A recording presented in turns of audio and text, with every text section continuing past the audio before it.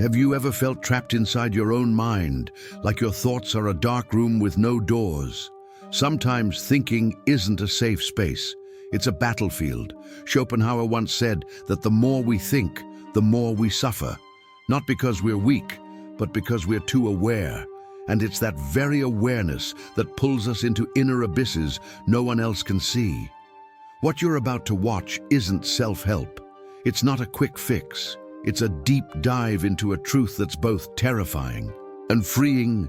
The mental pain we feel often comes from too much clarity, and maybe, just maybe, that's not a flaw. Maybe it's a calling.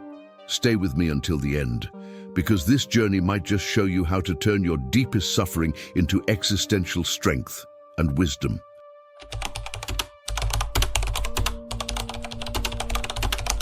Schopenhauer wasn't just another philosopher. He wasn't chasing answers that would comfort people, and he definitely wasn't offering easy solutions. He stared straight into the face of suffering, like looking into a mirror with no makeup, no filters, just raw truth. To him, thinking was both a curse and a gift, a cruel paradox. The more deeply we understand life, the more it hurts. So why would anyone choose to live like that? He was born in 19th century Germany, a world shaken by war, disease, and emotional poverty. Even as a young man, he felt the heavy weight of existence. He rejected the shiny optimism of thinkers like Hegel and took a darker, more honest path, the path of existential pessimism. To Schopenhauer, the world wasn't made for happiness. It was a place of constant pain, where too much thought only made everything feel more real. What makes Schopenhauer so relevant today is exactly that, his courage to say what no one wants to hear. In a time where everyone tries to mask their pain with distractions, he claimed pain is the rule, not the exception. That the human mind is doomed to restlessness, that suffering isn't a glitch in the system, it is the system. It's as if he wrote for the most sensitive souls, for those who've always felt out of place. Many called him dark, but maybe he was just too clear-eyed. In the world as will and representation, he revealed something brutal. Our desire to live is what drives our suffering. We want too much, we feel too deeply, we think too hard, and in that overwhelming intensity, we lose our peace. What seemed like mere pessimism was, in truth, painful clarity about the nature of being human. Now imagine a young person today, overstimulated by social media, crushed by inner expectations, and drowning in digital loneliness. They are living exactly what Schopenhauer described 2 centuries ago, the silent agony of existing too intensely in a world that feels too shallow. The only difference: today we have more distractions, but fewer answers, more noise, less meaning. That's why his voice still echoes. Maybe Schopenhauer never found a cure for the pain of thinking too much, but he left us a map, one written in tears, for those brave enough to ask what they're really feeling. A map that starts where most people are afraid to look, within themselves. But what exactly did he mean by consciousness as a curse? That's what we'll explore in the next chapter.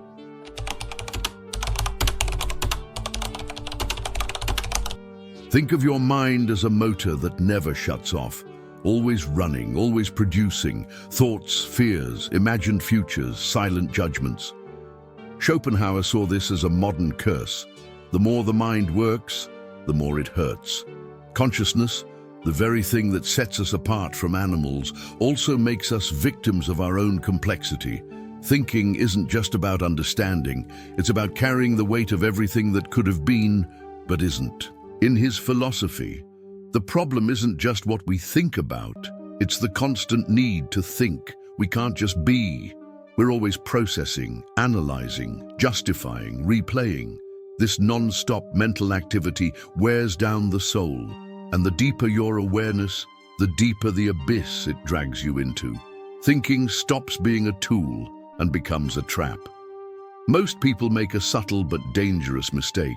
They confuse overthinking with intelligence. They think a restless mind is a brilliant mind.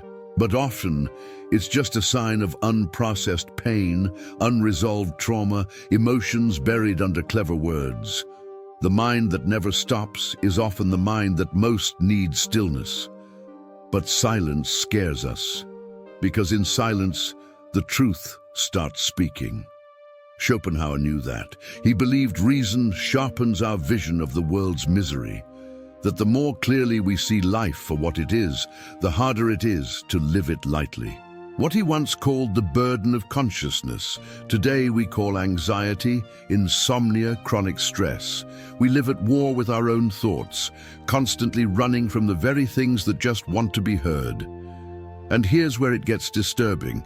Consciousness may be an evolutionary step that doomed us to suffer. A fish doesn't know it's wet, but we do. We know we're mortal. We know what it feels like to hurt, to feel alone, and that awareness weighs. It hurts, not because we're weak, but because we're deeply sensitive, even when we try to pretend otherwise.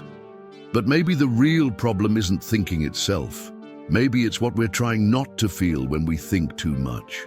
Maybe compulsive thinking is just a way to drown out something even deeper, emotional pain we were never taught to face. In the next chapter, we'll explore how emotional avoidance fuels this quiet cycle of suffering and what happens when we finally stop running.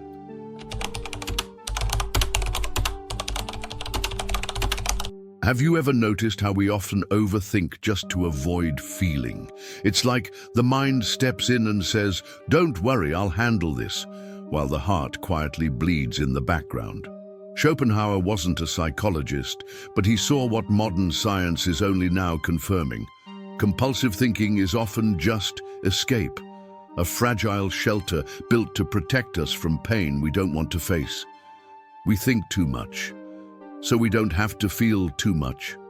The problem? It doesn't work. Emotional pain doesn't disappear when we ignore it. It mutates into anxiety, into restlessness, into a deep, aching tension beneath the surface. That overactive mind, it might just be the echo of a heart begging to be heard. But we live in a culture that teaches us to be strong, to be productive, rational, efficient, even when we're falling apart inside. Schopenhauer's philosophy, dark as it may seem, offers a strange kind of freedom, the freedom to feel. He wasn't searching for anesthesia, he was searching for clarity. And clarity hurts because it forces us to stop running, to turn inward, to admit that something inside is broken, not because we failed, but because we're human.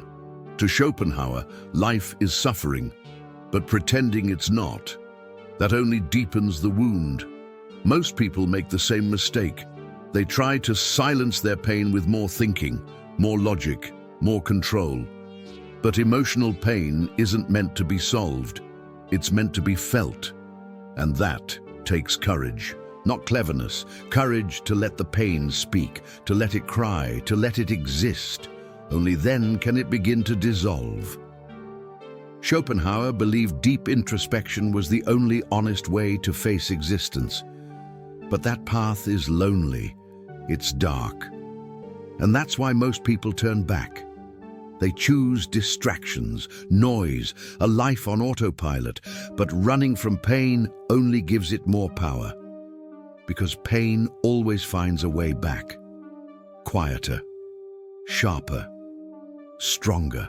But what if pain is the only way through? What if, instead of escaping it, we walked through it? In the next chapter, we'll explore this bold idea. Pain as the essential truth of life. And why, for Schopenhauer, only those who suffer deeply can see reality without its masks.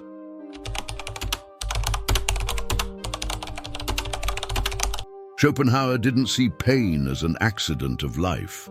To him, pain is life. Suffering wasn't something to overcome, it was the path itself. And that's terrifying, because it forces us to let go of the comforting illusion that if we just do everything right, we'll be completely happy. He once said, "Life swings like a pendulum. back and forth between pain and boredom. And in that swing, we're all caught, trying to outrun the inevitable. His brutal realism came from observing life without filters.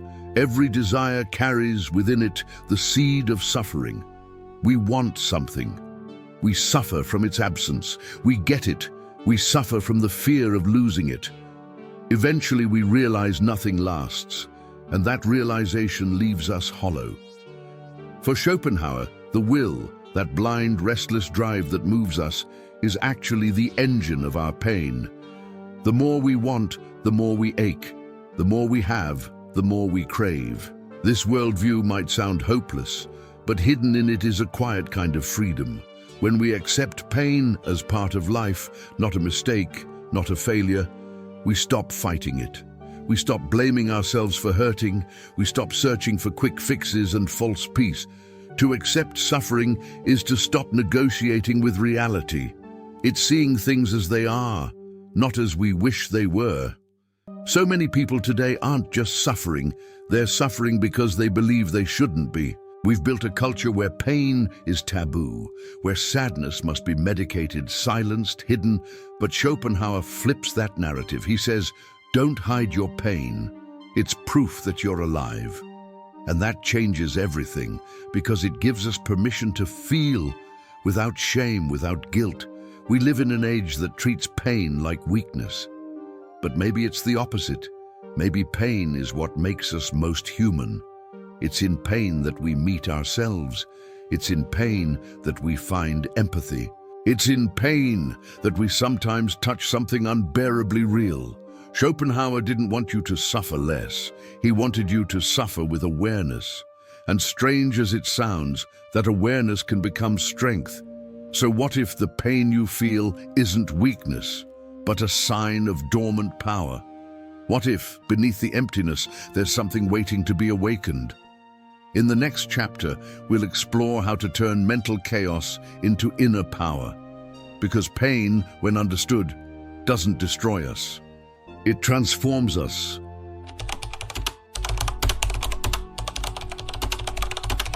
What if the very thing you fear the most, your restless mind, your constant pain, is actually the seed of a strength no one ever taught you how to grow? Schopenhauer believed that pain isn't the end, it's the beginning. It exists to wake us up, to shatter the illusion, to pull us out of autopilot. Mental chaos, when faced instead of avoided, can become a bridge to something deeper, full awareness. The first step in that transformation, stop fighting your thoughts. Yeah, you heard that right. Stop resisting, observe them, don't battle them. Because the more you try to silence the mind, the louder it screams. The real shift happens when you create space between you and your thoughts. When you realize you are not your thoughts. You are the awareness watching them. And that simple shift, or the tiny moment of recognition, can turn chaos into clarity. Even in his dark worldview, Schopenhauer saw the value of contemplation. He believed that art, music, and philosophy could suspend pain, not by denying it, but by transcending it. When we immerse ourselves in beauty, even while we suffer, we enter a state where pain dissolves, even if just for a moment. That's not escape. That's soul cleansing. Most people make the same mistake. They try to eliminate suffering as if it were some kind of glitch. But suffering is the raw material of transformation. Yes, it reveals our wounds, but it also uncovers hidden strengths. What feels like a curse today could be your calling tomorrow. Your sensitivity, your introspection, your brutal self-awareness. These aren't flaws, they're potential, if you learn to channel them with intention. Just imagine how many people you could reach if you shared your pain with honesty. How your story, the one you're still writing, might help someone else keep going. Schopenhauer's philosophy is a quiet call to courage. The courage to look inward and use the darkness as a source of light. Not to erase the pain, but to dance with it, to give it meaning, to rise above it. But how do we find relief without running away from the pain? How do we quiet the mind without abandoning it. That's what we'll explore in the next chapter, where Schopenhauer unexpectedly meets Eastern philosophy and finds an answer: silence as liberation.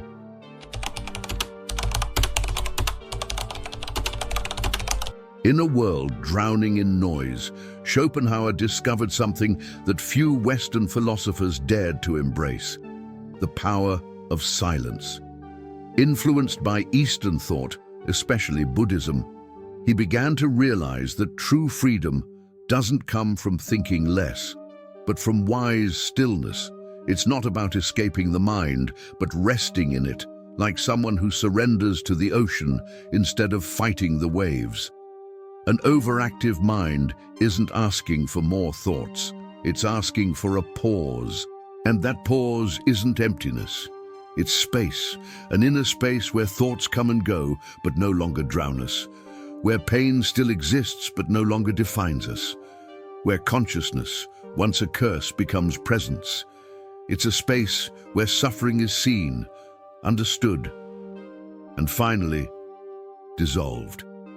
Today, many people search for this silence through Eastern practices: meditation, mindfulness, contemplation. But what Schopenhauer saw, and what many still miss, is that these aren't trends. They're necessities for a lucid soul. When he said life is suffering, he wasn't just offering despair, he was pointing to something deeper. That pain, if followed inward, can lead us home, to the center, to the real. Most people try to silence the mind with more stimulation, loud music, endless scrolling, shallow conversations. But silence demands confrontation. And in that confrontation, we find something unexpected. Peace doesn't come from thinking less. It comes from resisting less. Accept the mind, accept the pain, accept existence as it is. And in that acceptance, there's something shifts. Suddenly, where there was only noise, there's space. And in that space, real insight is born. That's where we realize we don't need to defeat the mind. We just need to let it be. And in that letting go, we find a new way to live. No longer prisoners of thought, but aware that we are so much more than our thoughts. Silence becomes the beginning of a new relationship with pain. Not one of resistance, but one of respect. And now we've reached the end of this journey. But before we close, let me leave you with one final truth. You don't need to think less.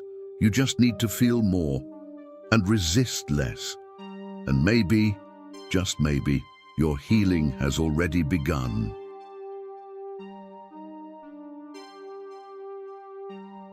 Schopenhauer taught us that suffering isn't a flaw. It's the very essence of conscious existence, to think too much, to feel too deeply, to live with intensity. Yes, it hurts. But within that pain lies the potential to wake up. Your restless mind isn't a curse, it's a calling, a quiet invitation to transform inner chaos into awareness, to stop running, and finally live your truth. You don't need to numb yourself. You don't need to fake strength. Your clarity, even when it feels like a curse, is a gift. When you stop fighting what you feel, the pain changes. It stops dragging you down and starts lighting the way. It becomes a beacon, a guide, a reminder that you're still alive, that something in you still resists, still feels, still thinks, and still wants to make sense of it all.